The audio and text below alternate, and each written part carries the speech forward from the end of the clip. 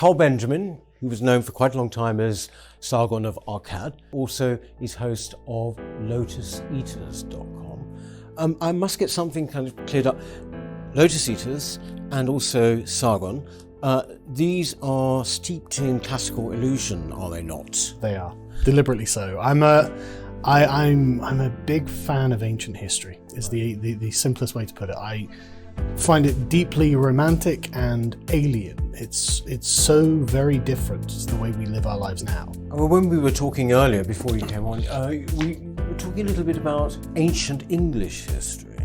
One thing I really like about Alfred the Great is that he was a scholar before he was anything else. And he is a fascinating character, and he very much had events thrust upon him. Wessex being the last of the English kingdoms to fall, the Vikings had taken the rest. And one thing that comes out of there is actually surprising. There's a compilation of poems and essays, and I suppose we'd call them poems, from the English history called the Essex Book. And I posted a copy of this fairly recently, actually, and I just read through all of them, even the ones that are, overtly religious. Alfred doesn't sound like he's writing from 1,300 years ago. He actually sounds surprisingly modern. And one thing that I find fascinating is how he is taking responsibility for what's happening to England at the time. He blames the Viking invasions on the English becoming loose with their morals and failing to follow the correct path as laid out by God and Jesus. And so what Alfred does personally is translates the Bible into English at the time, Old English obviously now, but English at the time, and then sends these copies of the Bible around the country. Now, that was something that started the Protestant revolutions, was it not, in the printing press? This was a revolutionary idea, and Alfred did it 1,000 years before it happened on the continent, because he just thought it was the right thing to do. Yes. The average Englishman needed to know about what was happening and what the right thing to do should be, as laid down by God, because of course they're deeply Christian. But one of the things that I found really interesting is the theme that runs through it is that there has been something that has been lost during the Viking invasions. Because he begins one of his pieces of writing by just saying, England used to be a happy place, and then the Vikings arrived. And I found that fascinating because, of course, you get the echoes of it throughout the medieval era with the term Merry Old England, which continued on until the Victorians because it was a romantic ideal. And it, I think, gained its best popular culture representation in Tolkien and the Shire, who, of course, was a massive scholar, one of the premier scholars of Anglo-Saxon history, and clearly had modelled the hobbits on the small people of the Shires. And there's a kind of dual romanticism that comes out of English history after the Norman conquest. So, of course, the Normans becoming English kings, tremendous conquerors. If there's one major European success story in the Middle Ages, it's the Normans. And massive success stories in the East from the Mongols and various other steppe nomads. But in the West, it's the Normans. And it's fortunate for the English that they had such energetic kings and capable kings, because what this allowed England to do is be an expansionist power, and that comes on the heels of the terrible struggles that the English suffered under the Viking invasion. What were the qualities of Merry England? What are those qualities? It's about a kind of right ordering of the world, and that involves a person at the top. It's hierarchical. There is a place for hierarchy in this, but there's also a strain of equality to it as well. And the idea of equality, the rule of law, so that the law that flows from the king himself should be subjected to, is actually quite an unusual thing when it first crops up. And that's a very deep moral principle that seems to have been and originated in England from this kind of view that the world should be ordered in a certain way that's fair to everyone. It's about letting people just live their lives. This is why the hobbits in the Shire seem so holy. They're not being interfered with by some central government. No, they're expected to just go and live their lives, be good people, have their relationships, enjoy themselves, work hard, and be happy. Do you see any through line in the England of today with this past?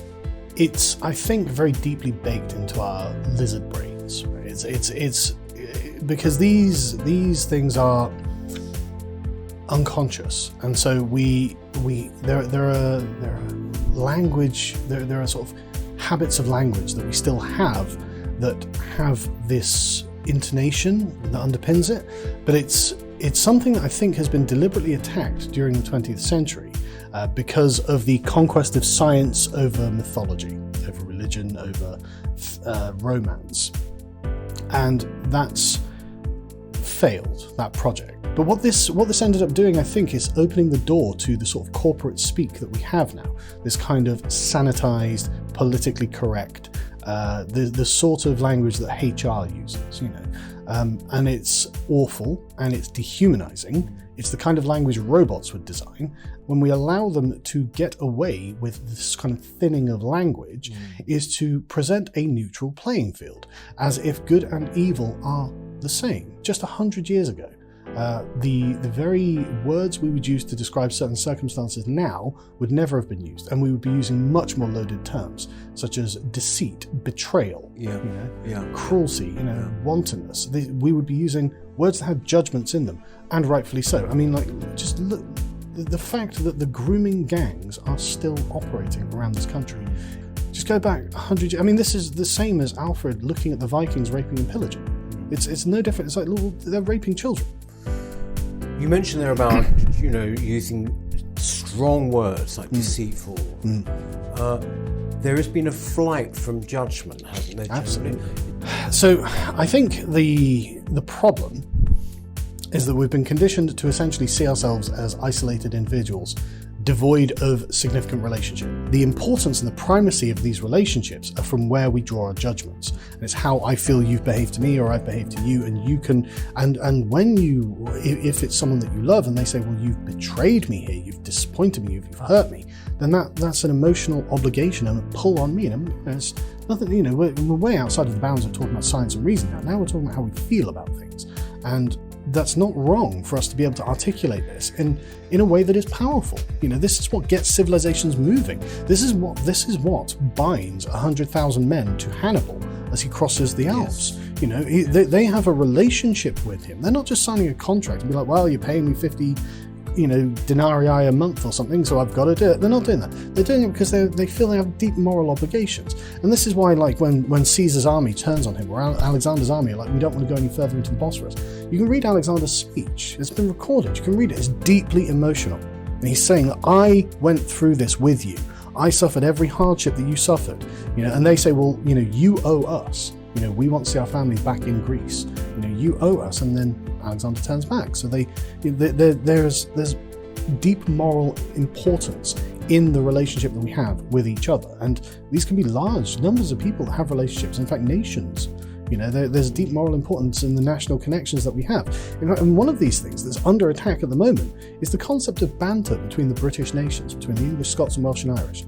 That's a terrible thing, right? Because people don't seem to understand that these relationships are ancient. This is not just casually being undermined or coming to the end of its natural lifestyle cycle. This is we are suffering a direct siege on our culture from an enemy who is open about the fact that they want to abolish what we have. I mean, the most explicit example of this, in my opinion, is the decolonization movement in Oxford. How can you decolonize an English university? You of course can't. What this really is a de-Anglicization program of England. And so what this leads us to is a moral question that I don't think that the wider public are ready to answer, and that is, do the English as an ethnic group have a moral claim to England? And the left will say no. They will say no. They will say that the English don't exist, and if they do exist, they're evil, and we should abolish them. And I don't think that we should allow ourselves to be abolished. When one talks about traditions and such like, the general assumption is that is a conservative position. Well, on that point, actually, can I make a point? Because it's very interesting you say that, because I'm sure you'll have noticed very radically left-wing people who absolutely fetishize the native cultures of other places. And they will go all around the world and say, well, look, this man with a bone through his nose, look at his beautiful tribal traditions. These not his heritage, is this not, and that that sounds like an incredibly conservative position. It's like, okay, well, but I accept it. That's fine. I agree. But why can't we apply that same standard to our own culture? Because actually, we've got that here. You can read what foreigners write about England in particular, and it sounds like a fairy tale country that you'd made up in a Lord of the Rings novel. It kind of just makes me want to be the Englishman that foreigners think we are. It makes me think, okay, well, I should probably live up to this. This is a good standard. Again, the word standard, I think, is an important one that we don't think about, because the reason England is frankly better than other countries is because of these standards. And it goes right the way back to Alfred. Alfred didn't say, God, why have you done this to us? Alfred didn't be like, oh, it's those Vikings. No, Alfred's like, we did this. We did this. We are the ones who strayed from the path and we got what we deserved. And so we have to change. We'll improve ourselves. We will take responsibility. We will improve our standards. And all of English civilization has been about maintenance of high standards. And all I see now is an attack on these standards. It's not like this was easy. It's not easy to uphold these standards, but it is good. It is an upward momentum. It makes you a better person. It makes the world around you better, and it stops you being envious and gross and violent and destructive. Look at what Black Lives Matter is. Just a movement built on envy to destroy what other people have. And what's worse is they're not even harming the billionaires. They're harming the small businessman who's like, yeah, I'm gonna get up early today. I'm gonna make sure that I get that shipment in and it's on the shelves, and we'll get people, and I'll make some money, and I'll have made the world a better place in my own small way. That's what's under attack right now. But yeah, so it's a deliberate attempt from within our own ideology. Just the liquidation of standards, the liquidation of barriers by Marxists in order to bring about communism, frankly. Because again, we guys remember the communist ideal is that nobody owns anything and sits around as if they're in the Garden of Eden, picking fruit off the trees and presumably philosophizing and looking at the stars and thinking, and it's like, okay, but this is nonsense. This doesn't. You don't produce a good civilization like that. And really, I think this is based on a difference between English philosophy and continental philosophy in the Enlightenment. I mean, the English view is the Hobbesian view. Man's life is nasty, brutish, and short, and he's not very nice. This is why we need civilization, to civilize us. And the French view is very much Rousseau's view, which is man should never have put down the stakes that marked out the first plot of land, because that has society corrupts him, is the view of the French and the sort of continental philosophers. And again, the Marxists take this up completely and assume that people are just naturally good. It's like, I don't agree that they are. I think it takes a great deal. I actually very much agree with Aristotle on this. You have to be habituated into good behavior, into good morals. And you don't just pick them up on your own. You're not going to just invent them. They have to be something you work on and are conscious of. And I think the ancient Greeks knew that. I think the English knew that. And I think the French and the Germans are lying to themselves.